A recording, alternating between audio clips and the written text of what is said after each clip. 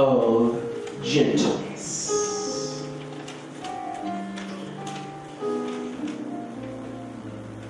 You know, sometimes people will expose your stuff because they don't want anyone else to expose theirs.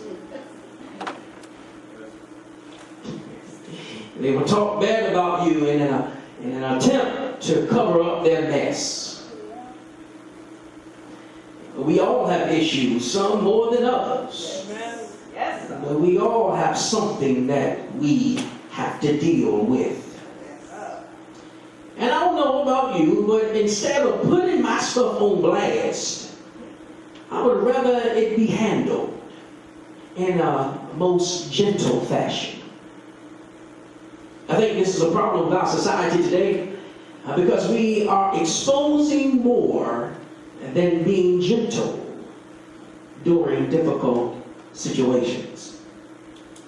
We are taking a knee during football games. We're holding up fists of power because of the negligence of someone holding a weapon. Instead of pinpointing the issue and helping to rid the issue, many are just fixing the issue by taking out the one with the issue. There is a major lack of gentleness in the world. Looking at the newspaper and watching the TV allows you to see being gentle towards each other seems to be, Sister Hughes, far-fetched.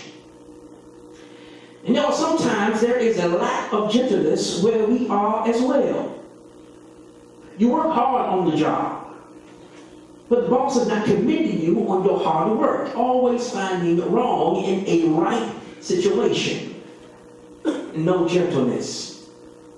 You argue with your significant other constantly, attempting to bring each other down.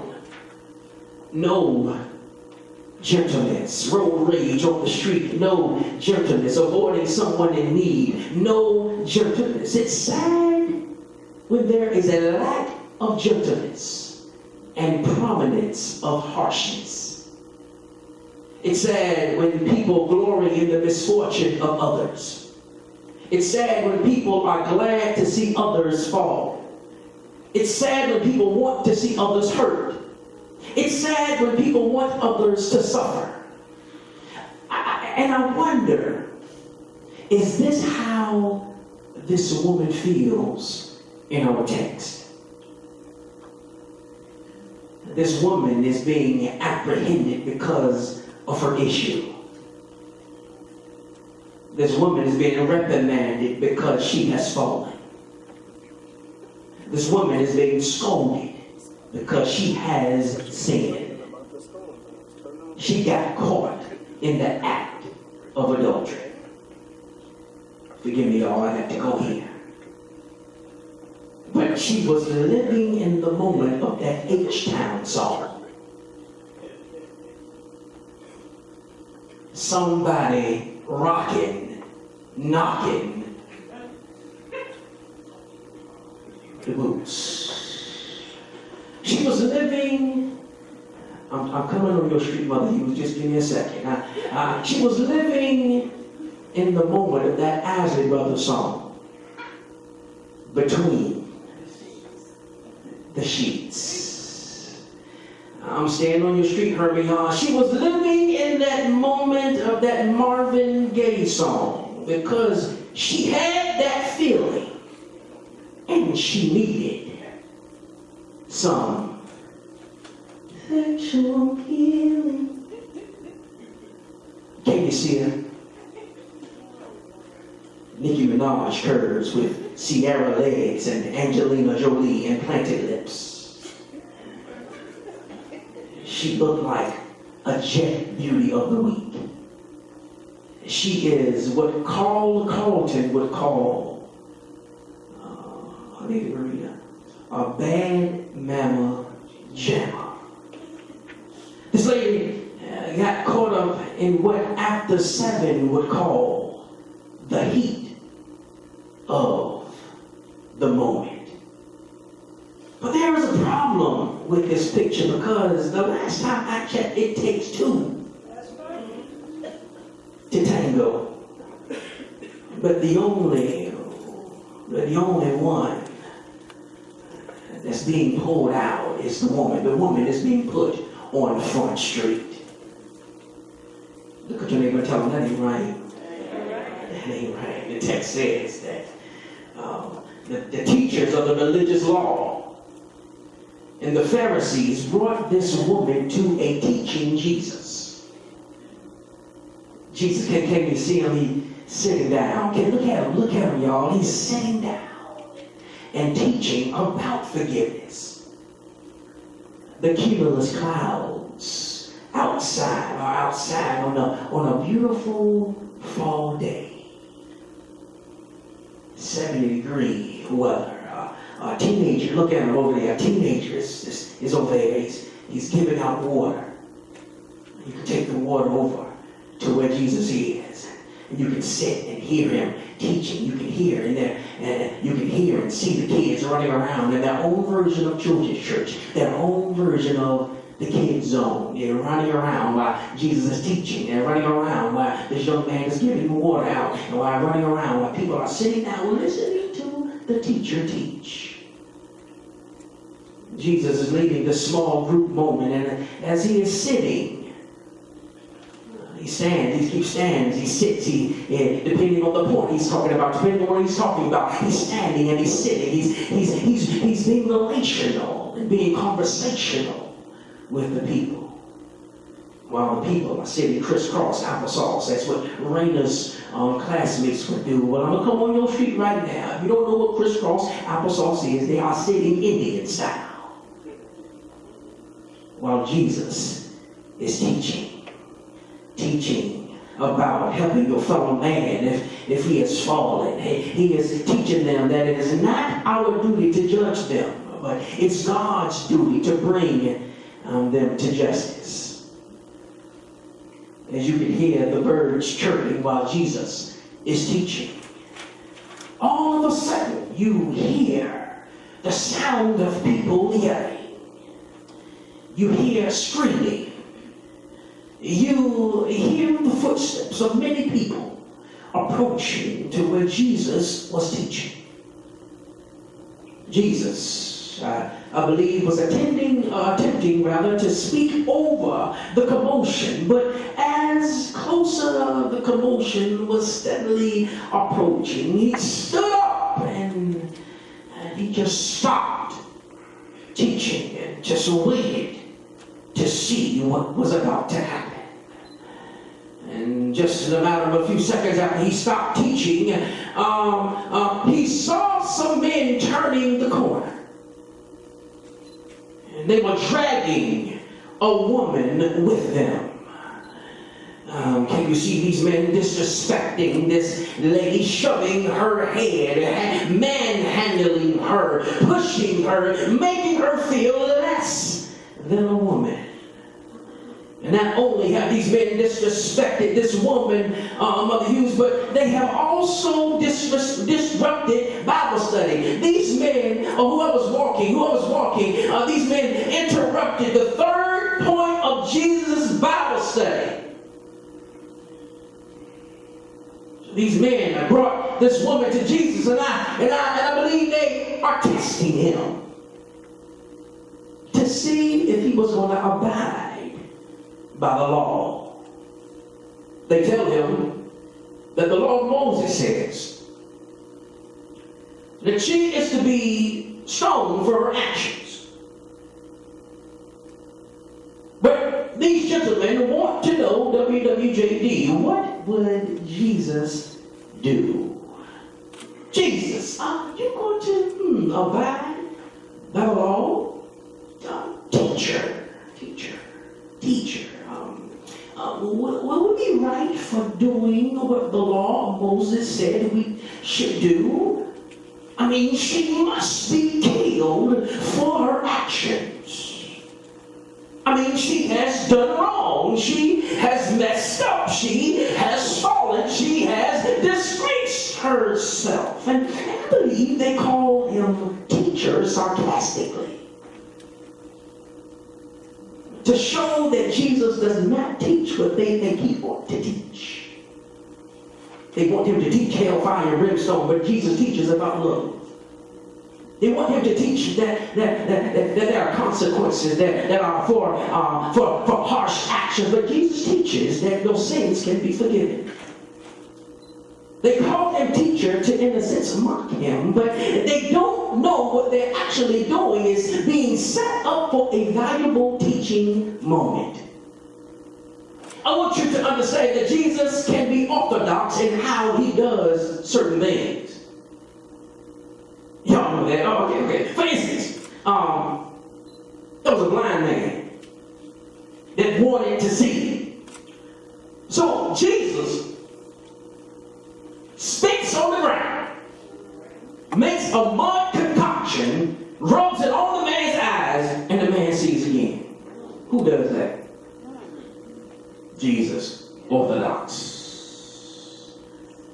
Okay, I got another one for you. Jesus at a wedding, and the wine ran out, Sister Paula. Well, we were about to leave because the wine ran out. Jesus said, hold on before y'all leave. Okay, I got this. Y'all bring me those 6 bases over there, fill them with water, bring them to me. And after they filled the pots with water, Jesus turned the water into a spiral. Flashback. Okay, y'all, you know, there was a woman who bled for 12 years.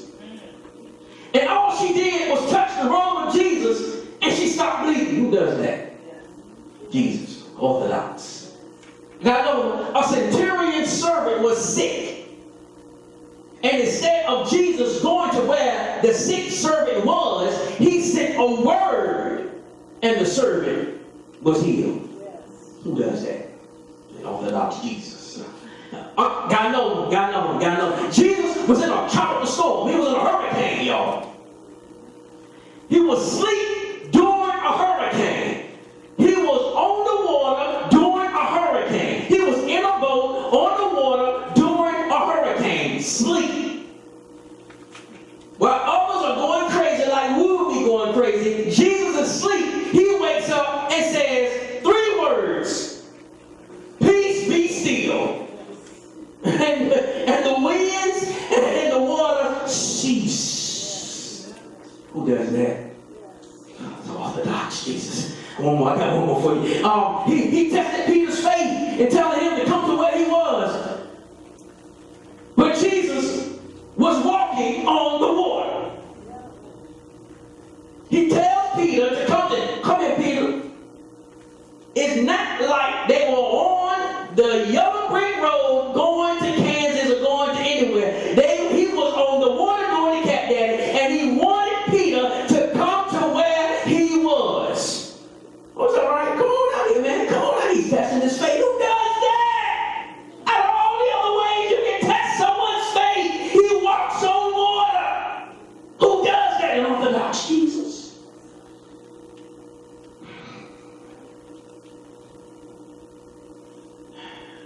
So at this moment, while these religious law teachers and Pharisees are wondering what Jesus would suggest in doing, Jesus once again acts in an orthodox fashion.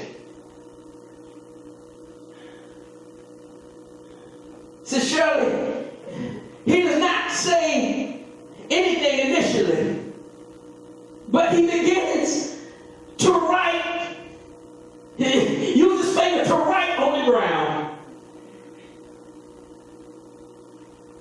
Why does he write on the ground? And what in the name of God is he writing? I mean, there's questions I would ask. I mean, there's questions. I know the Pharisees and the religious law leaders would ask that question. What in the world? What we asked him a question. He's stooping down and writing in the dirt. What is he writing? You know, doing research, many scholars have said different things. They said that he was, I don't even know what they were saying, but it didn't make no difference what they were saying because it's only what they thought he was writing. They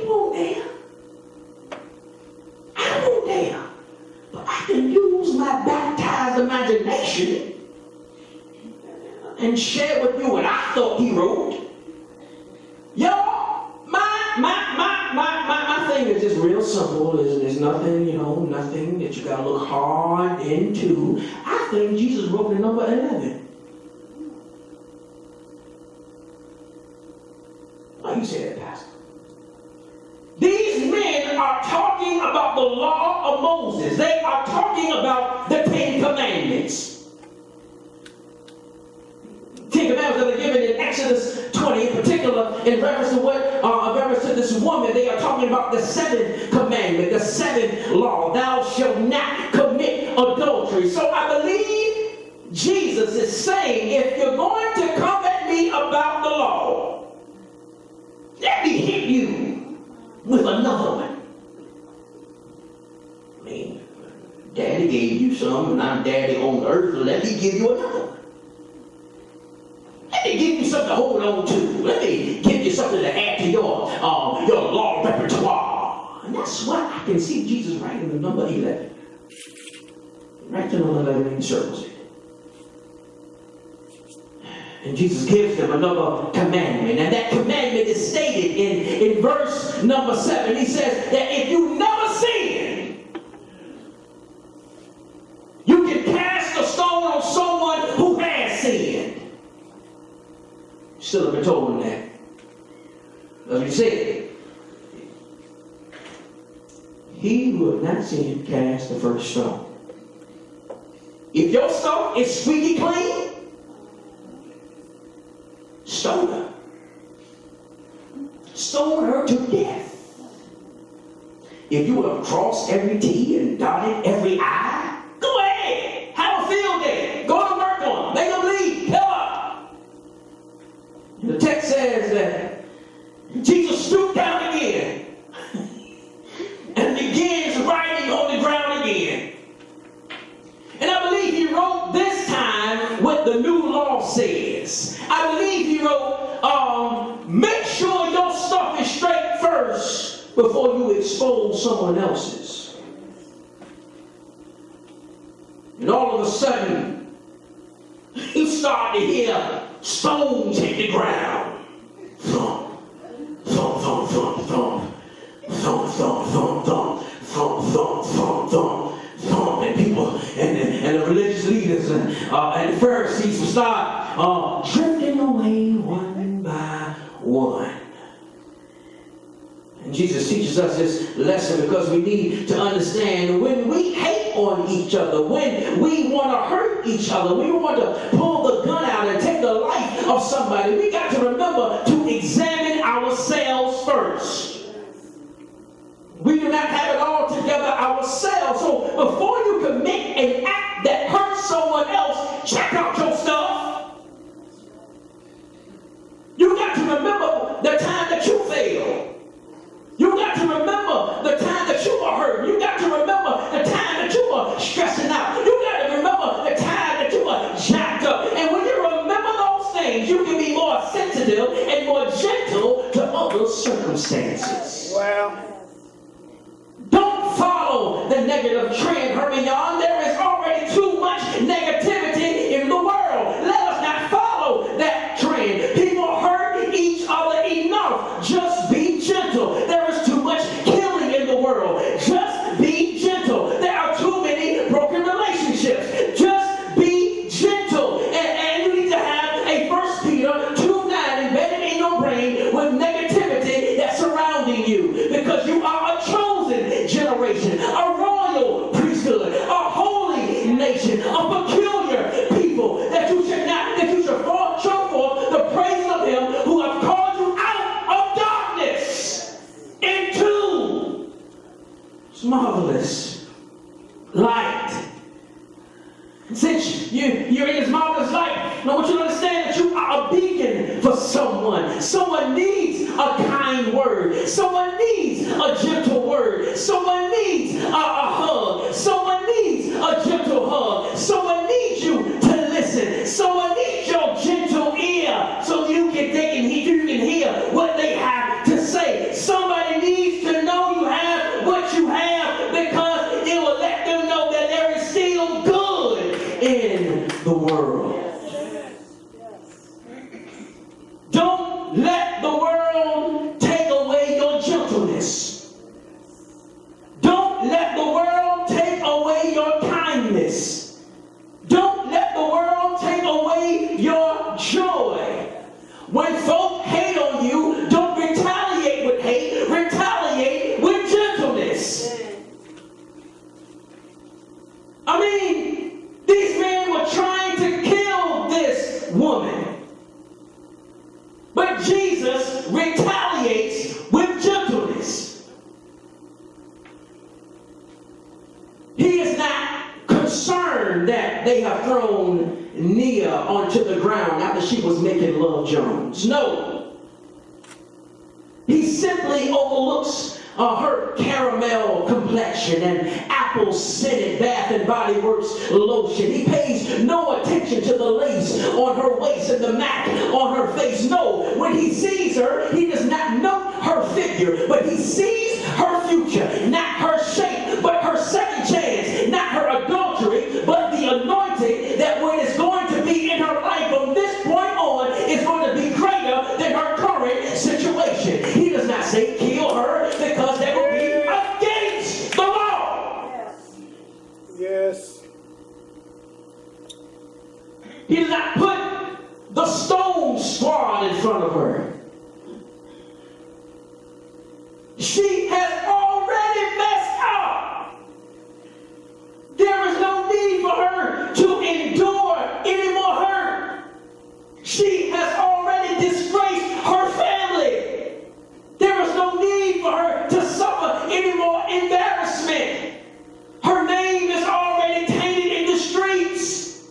There is no need for her to agonize over her actions. So Jesus understands her situation, and instead of adding more insult to injury, he put her accusers on Highway 17. He put her accusers on Front Street. He said, yeah, she got caught doing what she did, but what do you do in the dark? What she did was in the light, but it does not outweigh what you do in the dark. Sin is sin. You may not have broken commandment number 7. Many of you have broken commandment number 7, but there are 9 more things you are not supposed to do. So if you have not done anything in the dark, if you have not broken any of my daddy's commandments, be my guest and stone her to death. But if you are jacked up to, leave her alone. And that's me, CGI. That's all I want to leave you with today. Because I don't know about you, but when the enemy comes and tries to expose my mess, God will step in and say, leave them alone. When the enemy wants to kill me, God will step in and say, leave him alone. And I don't know if you've ever been in a situation where somebody wanted to take you out, but you know that if it wasn't for God's gentleness, you would have been taken out. And I believe that God gives us 1, 2, 3 reasons why we must be gentle in all circumstances. Number 1, because it is a kingdom commandment. God wants us to be kind, be able to help and take your time with people. That is a kingdom commandment. And number 2, I believe it's because of a kingdom commitment. We have to be connected to God in such a way that his word will give us peace. He has to commit to us, so we will commit to him, and in committing to him we will find rest for our souls. Lastly, number 3, because it is a kingdom creed, which means that God will bring justice to those who have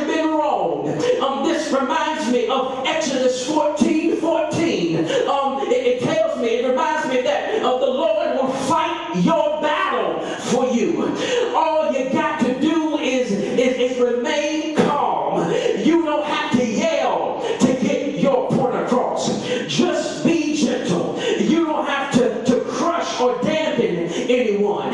Just be gentle.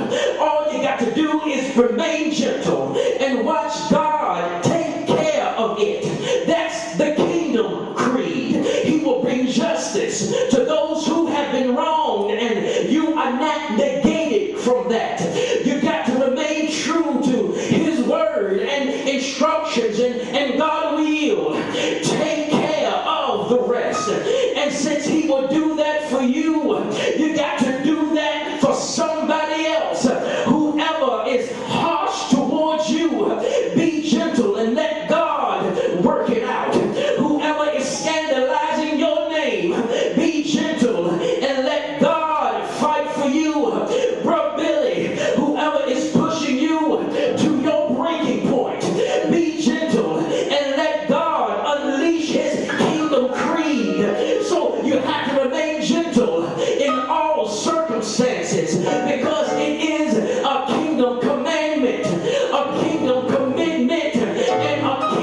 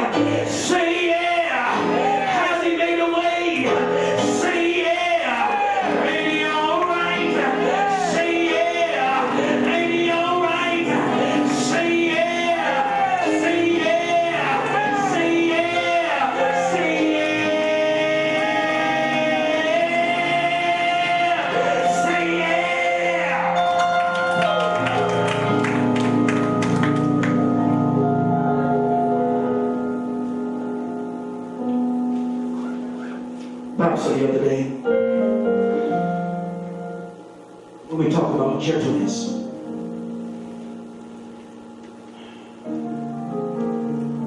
It does not make you weak. Gentleness does not make you weak. It actually makes you stronger. Because you're not acting like the world wants you to act. So in essence, when you are gentle, you're just being nice. You're being kind.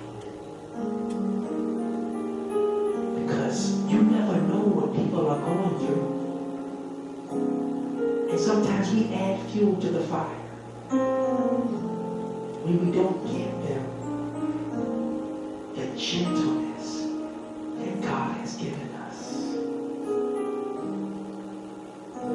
These men wanted to kill this woman.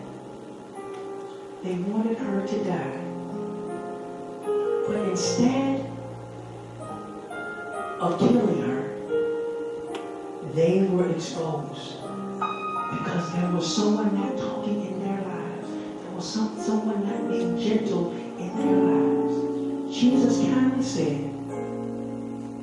he didn't have to yell, they were standing right there. You can kill her if you have not sinned.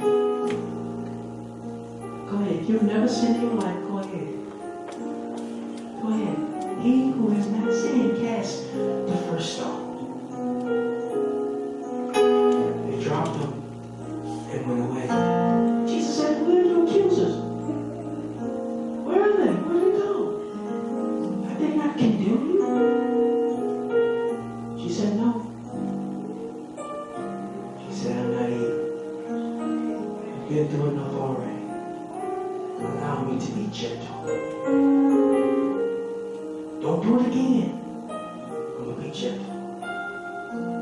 From that point forward, going forward, Jesus showed who he was.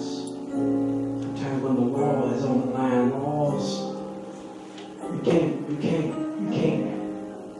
break a law with a law. Because if you go kill her, you break another commandment. You will kill her and will stone her to death. The commandment said, thou shalt not kill. Jesus was gentle. Don't do it again. But I'm not going to condemn you. I believe you never hear anything else about this woman. Never hear anything else about her, anything like that. But she encountered Jesus. Once you encounter Jesus, once he talks to you, your life will never be the same. Maybe I'll stand.